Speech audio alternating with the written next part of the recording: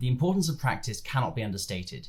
It is the most important aspect of the preparation for your interview. You need to practice as much as you can with as many different people as you can. You want to practice with friends, family, teachers, yourself, it doesn't matter. You're aiming to develop your understanding of the content and your interview technique to the point where you sound knowledgeable, confident, and enthusiastic. There are also the three most important aspects of your interview that you need to convey, and we'll go over how to excel in them each later on. For example, anyone who has verbal communication and public speaking as part of their job, such as a comedian or a politician, they often sound spontaneous and off the cuff, but actually their speech is a result of lots of practice where they go over the delivery until they're happy with it.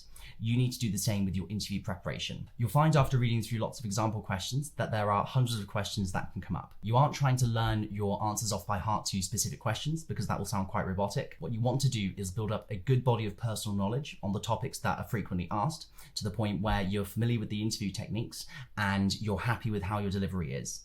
This gives you greater flexibility with the interview and the ability to cope with any question. For a lot of students, this will be the very first formal interview that they will have done. At least that was the case for me when I was applying. Everyone is familiar with the concept of an interview, but knowing something in theory is very different to personally experiencing it. This could be the very first time you're being grilled on your accomplishments and personality fit for something that you're applying for. I certainly found it took a few practice interviews to get comfortable with talking about myself for extended periods of time. You might feel like you're boasting, but you should push that feeling to one side. You need to be okay with selling yourself because the other candidates that you're competing for a place with will be more than happy to do so. We'll go over the difference between boasting and confidence a bit later on, but the key difference is boasting is having an elevated opinion of yourself without satisfactory evidence to back it up.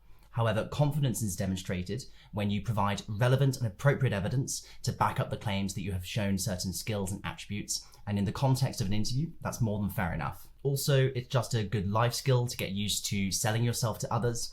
This will likely not be the last interview you have, whether you take a path in medicine or somewhere else.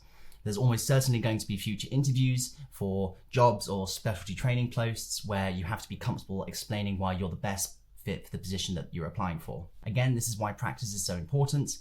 It will build your confidence and help you to have conviction with what you're saying.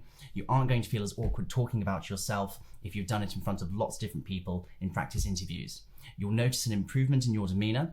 I personally found that I was very excitable and had a hesitant, jerky rhythm of speech, and after lots of practice, that settled down into a more measured and controlled rhythm of speech. You'll probably notice an improvement in how you come across as well.